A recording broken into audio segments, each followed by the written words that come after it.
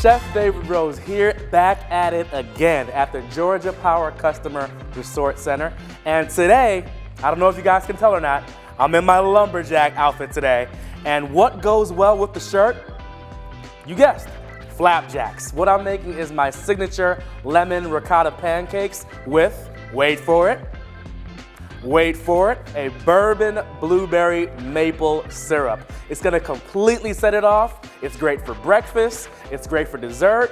We're gonna be going ahead and utilizing the Vulcan Rapid Recovery Griddle, cooking with electric, and it does not get any better than this. Stay tuned for the Chef Series coming at you right now.